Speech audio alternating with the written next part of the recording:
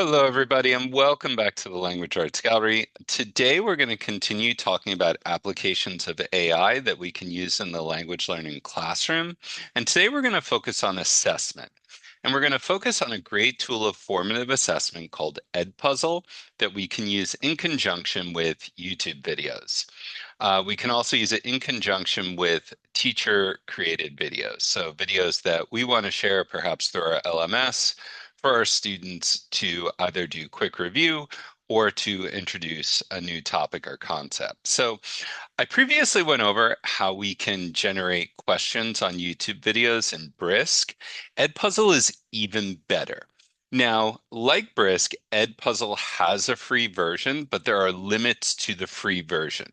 So you get to create 20 videos or 20 materials in EdPuzzle. And those materials can be comprehension questions, they can be quizzes, but I suggest saving your 20 free resources for the YouTube videos because the other tools like quizzes and comprehension questions, we can use other free tools like Brisk to create that.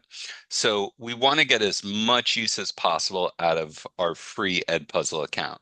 Now, there is good news. If you sign up to EdPuzzle, you get 20 free videos. But if you refer a friend, both you and a friend get 3 additional videos. So this is a great way to increase the number of videos that you get with EdPuzzle. Share it with your colleagues, and that can really help you to get the most out of this tool. So first, you're going to need to go to EdPuzzle and to create an account. Okay, so EdPuzzle is right here. You're going to go and create an account. And then after you create your account, you're going to want to go to the Google Chrome Web Store.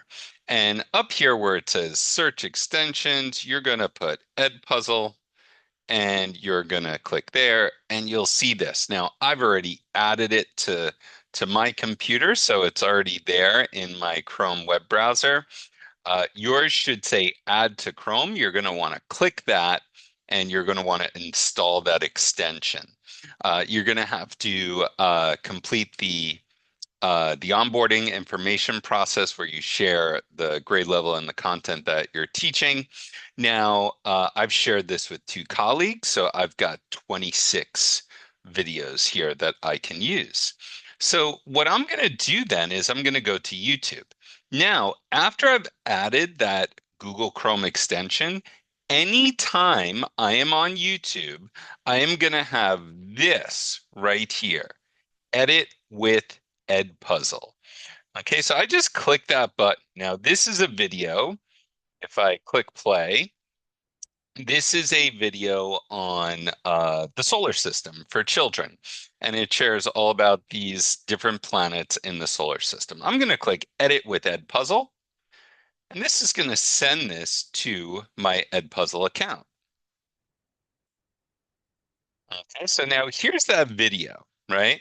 Now I can do one of two things here. I can cut it, right? So say I say, you know what, this video is, how long is this video? 11 minutes.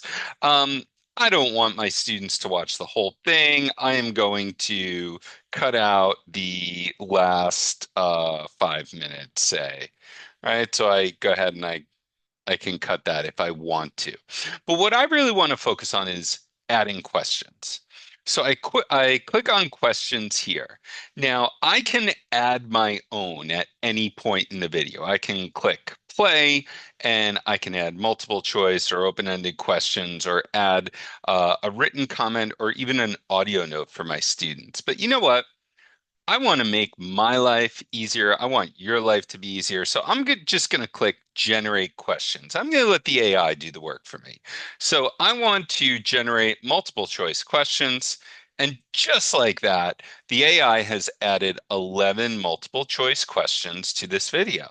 And it shows me the questions here on the left-hand bar right here. And it also shows me where they are in the video. So I like this. They're pretty well spaced out. I'm going to go here. Well, you know what? These are a little too close together, maybe. So I've got 609, 621, and 632. And then again at 722, and then again at 9:36. So you know what? I want to get rid of one of these. I'm gonna just delete that. I don't like that there. I want to get rid of that question. So let me go to this one, and I'm going to say Mars has blank moons. Let's discard that. Okay. So now this is broken up a little bit better. Maybe this second question here, 70% of the Earth's surface is made of water. I'm going to discard that too. That doesn't mean I don't like the questions. I just want to space them out. Maybe here I think this second question is also a little too close. Um, you know what? Maybe I want to get rid of the first one. How far is the Earth from the sun? So now I've got these, and I like this. They're pretty evenly spaced out. I've got one, two, three, four, five, six, seven, 8 questions. So I think that's a lot for an 11-minute video. So what I'm going to do now is I've completed this. I'm going to click finish. Okay, now I want to assign this video to my students in Google Class. So I'm going to click assign. Okay, and I've got my start date today and the due date. So today is December 18th, 2025. Let's say I want to give my students a week to do it. I'm going to make it until December 25th. On Christmas, it's due. What a terrible teacher. I'm giving them homework due on Christmas. And then I'm gonna assign my class. So I've got a test class in AI. I click that and I click next. Now it's going to pull up the settings for this video. This is something I really like. I think it's really cool. How many attempts do the kids get? Is it one, two? I want to make unlimited attempts for them. Okay, let them go back and do it as much as they want.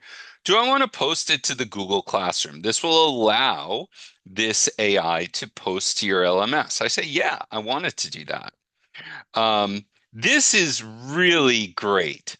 Preventing skipping. I think we all know our students are going to want to skip ahead and get right to the comprehension question. But when they watch the video in EdPuzzle, we can put on this feature that prevents them from doing that. So they have to watch the video in its entirety.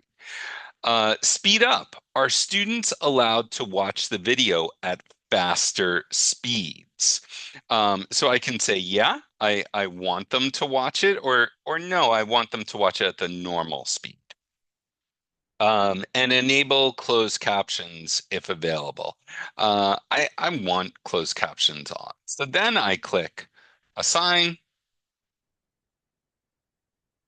Okay, and there it tells me who my students are in the class and how they're doing with this particular assignment.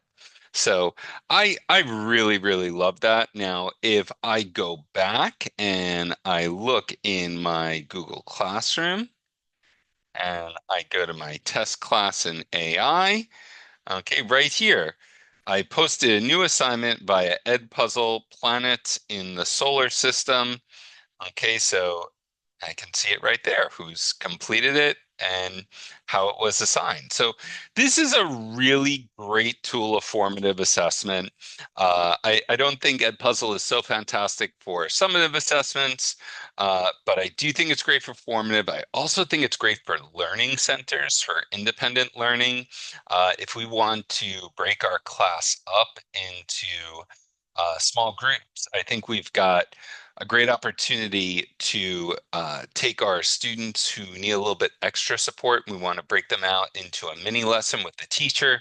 And then we've got students who are working independently. And then you've got students who maybe don't need as much support as that first group, but you want them to review the material one more time.